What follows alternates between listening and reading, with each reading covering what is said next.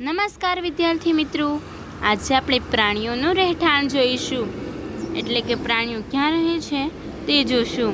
સૌ પ્રથમ પ્રાણી અને રહેઠાણને જુદા પાડવામાં આવ્યા છે, જેમાં આપણે વાઘ બોર્ડમાં રહે છે, ઉંદર દરમાં રહે છે, સિંહ ગુફામાં રહે છે, સાપ દરમાં રહે છે, પક્ષી માળોમાં રહે છે કારણ કે માળો બાંધે છે.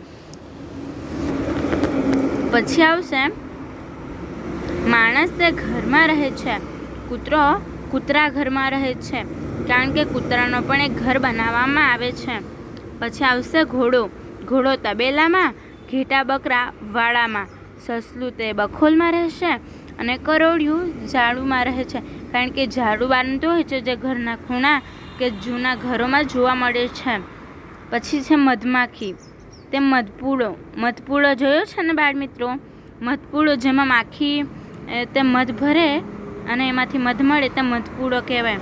પછી આવશે ગાય, ગાય એ ગૌશાળામાં રહે છે, ભેંસ એ કોઢમાં રહે છે, વાંદરો તે ઝાડ પર રહે છે, પુસ્તક લાઇબ્રેરીમાં રહે છે, અનાજ ગોડાઉનમાં રહે છે, દવા મેડિકલમાંથી મળી રહે છે, માછલી પાણીમાં રહે છે અને મરઘી પાંજરામાં રહે છે.